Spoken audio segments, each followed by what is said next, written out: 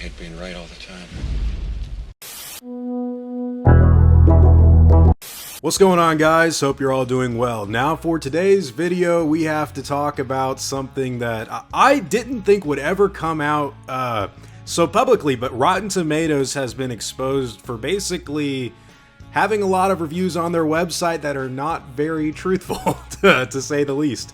A big article came out and several other articles following it that basically went over the facts that people are being bought off to give movies good movie reviews. I believe the movie was called Ophelia. It was a Daisy Ridley movie. Have not seen it.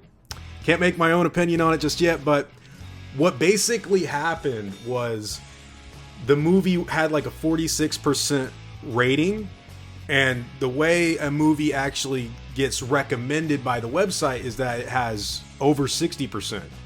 So a PR company, I believe it's called Bunker 15, paid for good reviews to boost it over to like 62%. No, you're not supposed to do that, bro. And I just want to say this doesn't surprise anybody that's actually been in this business for a while. Technically, I've been reviewing movies since 2017. I took down all my old movie reviews on the Alien film series. I might even have a little snippet for you because of how cringe they used to be. So we've had two really great movies, Alien and Aliens. We've had one movie where I actually think is okay, Alien 3. We've had Alien Resurrection. Oops. And now we're getting on to Alien versus Predator. But we all kind of know, like this has been going on for a while, and I think it poses a lot of questions because there were a lot of people in the industry. They were like, "You're crazy if you think people are buying off good reviews. That's crazy talk. Who would ever do such a thing? Who would stake their entire reputation on doing something like that?" But because we are man, because we're corrupt, and you could read the book of Romans if you want to really dive into that. I think it's obvious. People get bought off in pretty much everything, so why wouldn't they get bought off in movie reviews? Especially at a time when they're forcing opinions and narratives towards people that you can clearly tell are kind of astroturfed. I mean, this has been going on apparently for over 5 years, and I actually wanted to pose this to you guys because, and I don't actually think this is 100% serious, but I do want to bring it up because I remember it happening 5 years ago. So, you guys know my main channel is all Jurassic Park centered. I traveled to London. I paid like $2,000 to see Jurassic World Fallen Kingdom a month early. $2,000 for like the plane ticket and everything and lodging. So I would go overseas to watch the movie ahead of most Americans. And the tomato meter reveal on Jurassic World Fallen Kingdom when it first came out was 70%. Now, for a movie like the next one, Dominion, which was truly horrible, in my opinion, it had like 88% at first, and then it quickly, as more people saw the movie, it dropped to like 39%. So you're like, oh, okay, that movie's not very good. At least a lot of people don't think it is. Well, now we don't know what to believe, because Rotten Tomatoes it is what it is, brother. But, Fallen Kingdom took a very long time to drop down. And it didn't take like Dominion, which was a matter of hours or days. It took Fallen Kingdom about a month to drop down to like 50-something%. And then it slowly ended up at 46%, which is interesting because why did it take so long? I don't even think that movie is the greatest thing ever made. And I will say this outright. As time has gone by, I do think that movie has a lot of flaws. Not as much as the next one, but I think if people are buying good reviews, and now we know that movies in general are not really being 100% validated with film critics, who's to say that rival studios aren't also paying for bad reviews? And apparently the prices are extremely low. They were paying people $50 to make a good movie review. And they even had one guy that had a negative review retract it and do a good review. And again, I think Fallen Kingdom's score probably is accurate. It's right around that Lost World Jurassic Park level where some people really like it and some people really do not like it. But the reason I bring that up is not just because of my own experience, but the movie is apparently on Netflix now, and there's a lot of people watching it, and they're saying, hey, I actually like this one. I didn't used to like it, now I do. In a Predator 2 way, or maybe Hulk 2003, or Peter Jackson's King Kong. Why is that? Like, well, it's a movie. People make their own decisions.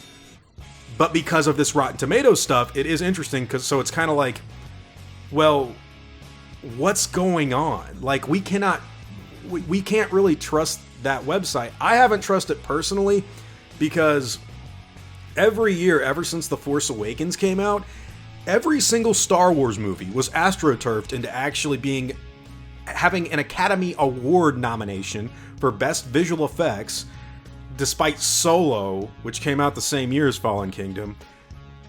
Solo, the cinematography in that movie is so weird, and I don't truly think it deserved a visual effects nomination, whereas Fallen Kingdom actually did make the short list, and it does look much better than both of the other Jurassic World movies, and it got kicked to the curb.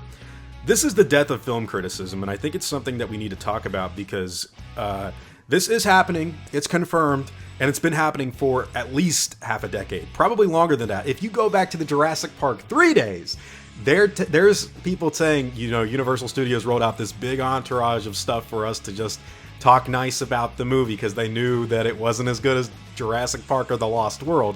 So this has really been going on forever, but I think we as modern people, we think we're infallible. We think that we're better than everything else and that we're somehow smarter. Never mind the fact that we are the least scientific and the least discerning group of people, especially in America. And what happens here happens everywhere else. It's stupid, dude. Like, film criticism, this is what this is going to do. This is going to force people into buckling down with people that they agree with. And not just for movies, but with news, with sports entertainment, with politics especially, and definitely religion. And I think that's actually a good thing because for a long time, the reason this is coming out now, by the way, I think the narrative that these people have had over like, this is good, this is good, this is good, and this is bad, this is bad, this is bad, that's crumbling. And these people are unable to actually, they can't force things through anymore the way they used to be able to. And I've been wondering for a while, I was like, why does this movie have so many good reviews? I don't want to jump on the bandwagon of anger because it's been so long. This explains to me why The Last Jedi probably had that Rotten Tomatoes score that was rivaling the original Jurassic Park. Now, I want you to stop and think about that for a second. Do you really believe that Jurassic Park, the original, one of the most groundbreaking special effects movies of all time, do you really believe Jurassic Park to be... do you believe The Last Jedi to be on the same level as Jurassic Park? I think... And I know how they do their ratings is by, like, people aggregating. But, dude, again, this information calls everything into question. Even if it only affects 1%. Like, let's say Fallen Kingdom truly is... as bad as people say, or even The Lost World Jurassic Park, and it deserves the 52% or 46% rating or whatever.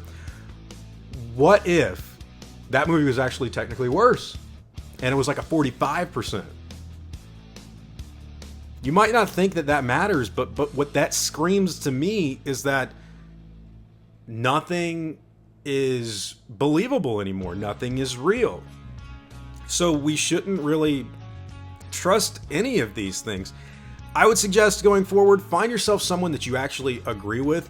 And what I mean by that is you're going to have people that have very, very quirky and maybe even silly ideas that you probably wouldn't agree with. Like, okay, I'll take my own personal... I love The Lost World Jurassic Park. Lost World Jurassic Park's cool. Lost World Jurassic Park's awesome. Is it better than the original? No. I think it's really cool, though. It's my personal favorite, and I always introduce it that way. I kind of think Revenge of the Sith is one of the best Star Wars movies. Now, me saying that, you would, I mean, I'm being completely honest. I think Godzilla Raids Again is one of the better Godzilla movies, and it's a 1950s, not as good as like a lot of the modern stuff, but you know what I'm saying. Pick someone that, and sometimes with real film criticism, you're going to get people that have extremely strange ideas. Roger Ebert gave The Phantom Menace a 4 out of 4. Okay? Like, that doesn't mean he was bought off.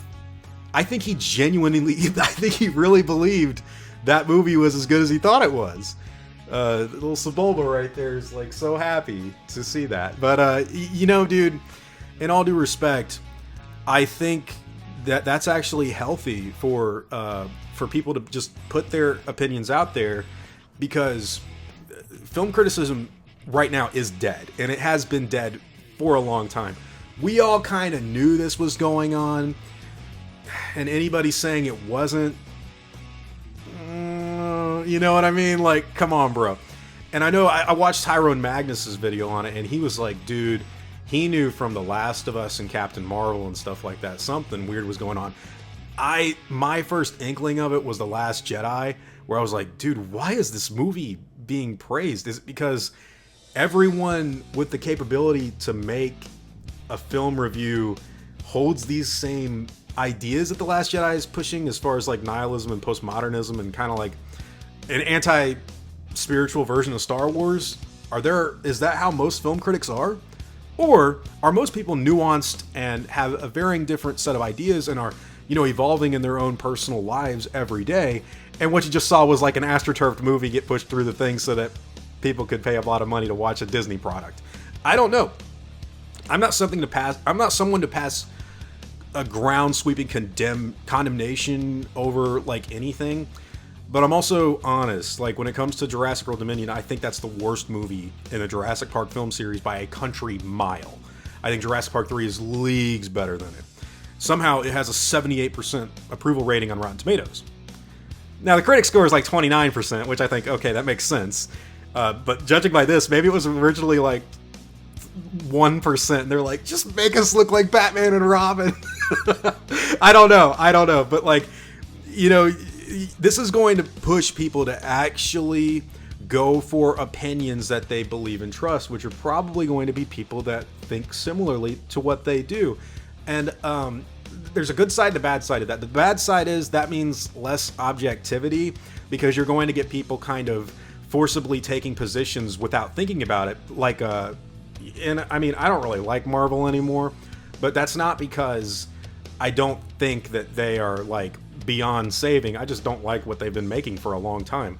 And I actually love the Marvel stuff that was classic, and I mean truly classic. The original Spider-Man movies, the original X-Men movies, except for The Last Stand and that Wolverine Origins movie. I don't like those, but like, things are changing, man. I don't think people are going to put up with it much longer.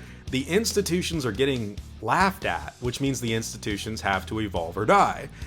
And now this is just going to bolster up it is the death of what we've had as film criticism over the last 20 years, but it is a revival of just personal thought being poured into these things. I'll give you a great example right here.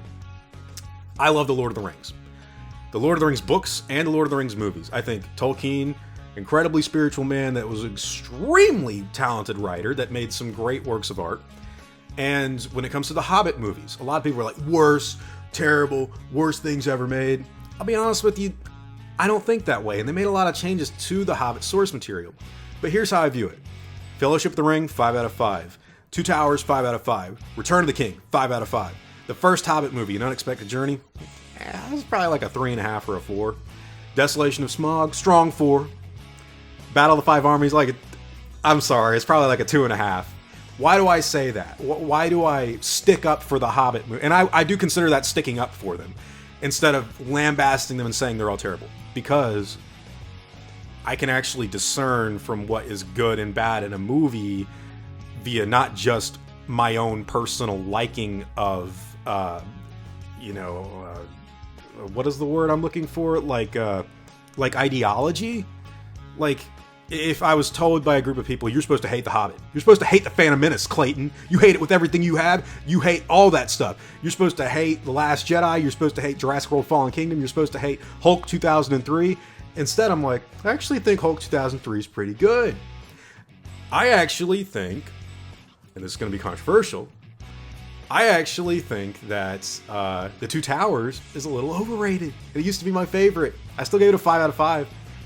Be honest with you. I think Fallen Kingdom's nowhere near as good as the first Jurassic World these days, but it's not as bad as Jurassic World Dominion. I think that Peter Jackson's King Kong, it's never been bad. Steven Spielberg's War of the Worlds, apart from the stupid survival thing at the end with the boy, I don't think that's a bad movie. I mean, I think Revenge of the Sith is actually one of the best Star Wars movies. Whoa, what did he just say? Oh, but like, I think that the Hobbit movies are actually a good litmus test, because while they're clearly not as good as The Lord of the Rings, are they as bad as Batman and Robin? Batman and Robin is another one. I think that movie's hilarious. Anyways, guys, this is just going to push people further to others that they actually agree with. My opinion, your opinion, anyone's opinion should be able to be changed. When Predators came out in 2010, I didn't really think it was that great. Here we are, 2023. I think it's the most underrated Predator sequel. People's opinions change over time, man, and an aggregate site that's paying people, or a law firm paying people whatever firm paying people $50 to give a positive review on a movie so that they can have that little fresh rating and they can print out a sticker on the DVD and make you go watch it. Nobody's going to trust that anymore. That's a good thing. So, yeah, this is definitely the end of what people have been saying was film criticism for a long time. This is good news. I think this will actually be kind of a renaissance for people actually thinking for themselves, grouping off with people that are like-minded, and actually fostering healthy communities. Also, Lost World rules.